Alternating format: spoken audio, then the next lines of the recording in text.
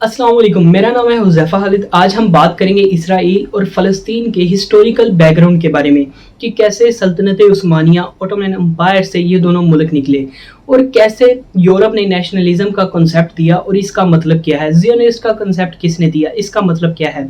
World war 1 हुई तो इसका फ़लस्तीन और इसराइल पर क्या इम्पैक्ट हुआ। उसके बाद हम बात करेंगे फ़लस्तीन पर क्या क्या जुल्म हुए। तो चलें वीडियो को स्टार्ट करते हैं।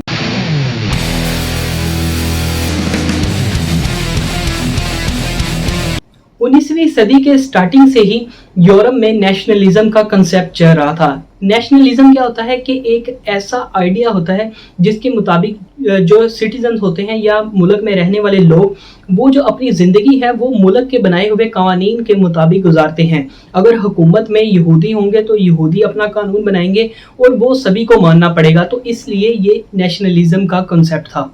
19वीं सदी के एख्तिताम पर थियोडर हर्जल आया जो कि एक यहूदी था। उसने ज़ियोनिस्ट का कंसेप्ट दिया जिसका मतलब ये था कि ये जो यहूदी हैं ये एक मज़हब नहीं बल्कि एक कौम है और कौम के लिए एक सेपरेट होमलैंड चाहिए, एक सेपरेट मुल्क चाहिए।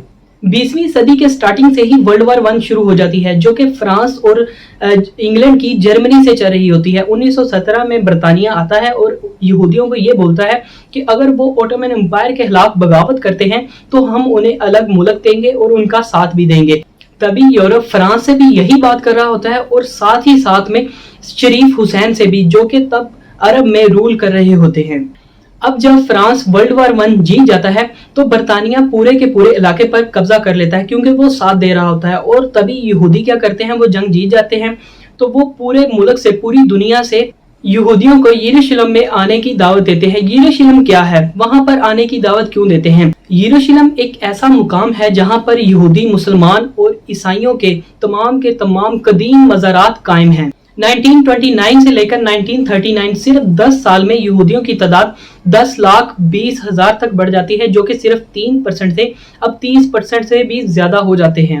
बरतानिया ने यहाँ पर भी नेशनलिज्म का कंसेप्ट लाना चाहा तो जो फ़लस्तीन के मुसलमान थे, यहूदी थे और जो ईसाई थे, उन्होंने इसके खिलाफ बगावत कर दी और इस कंसेप्ट को यहीं पर रोक दिया। उसके बाद यूरोप ने 2 काम किए। एक तो उन्होंने बाहर से आने वाले जो यहूदी थे उन पर पाबंदी लगा दी, एक लिमिट लगा दी कि 1 साल में सिर्फ इतने ही आ सकते हैं। दूसरा उन्होंने ये किया कि ये जो 2 मुल्कों का कंसेप्ट था ये 1945 में नया यूएनओ बना था तो उन्होंने उसे सौंप दिया। यूएनओ ने 1948 में 1948 में इसका फैसला किया जिसके मुताबिक उन्होंने एक मुल्क को नाम दिया इसराइल का और दूसरे को दिया फ़लस्तीन का।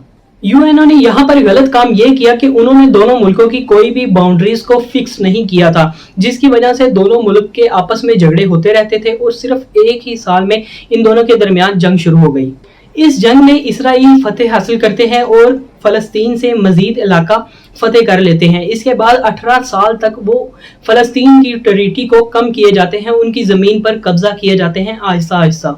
फिर 6 जून 1967 को एक वार होती है जो कि बस 6 दिन चलती है और जो इसराइल है वो फ़लस्तीन के साथ साथ इजिप्ट और सीरिया पर भी कब्जा कर लेता है। अब यहाँ से शुरू होता है इसराइल और फ़लस्तीन का कन्फ्लिक्ट, जिसकी सबसे मेन वजह यह है कि जब इसराइल ने फ़लस्तीन के इलाकों पर कब्जा किया तो वो नहीं बोले। इसके बाद उन्होंने ईस्ट बैंक और गाजा स्ट्रिप पर भी कब्जा करने की कोशिश की, तब उन्होंने मुंह तोड़ जवाब दिया। 1993 में बिल क्लिंटन जो कि अमेरिका के तब प्रेसिडेंट थे, उन्होंने आकर एक कॉन्ट्रैक्ट करवाया दोनों मुल्कों के दरमियान और इनकी फिर से सुलह करवा दी, इन्हें एक कर दिया।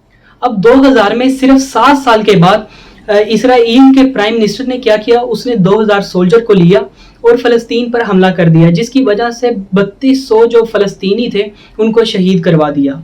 फिर 2006 में फ़लस्तीन में ही एक नौजवान उठा और उसने हमास नाम की एक जमात बना दी जो कि शुरू में ज़ख्मियों को पानी पिलाने और उनका इलाज करने या स्कूल वगैरह बनाने के काम आती थी। बाद में वही जमात जो है वो पावर में आई, उनकी रेपुटेशन बढ़ी और उन्होंने इसराइल के खिलाफ बगावत करना शुरू कर दी।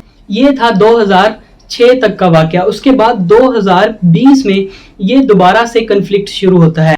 अगर आपको इस करंट कन्फ्लिक्ट के बारे में भी जानना है तो नीचे कमेंट में लिखना ना भूलिएगा।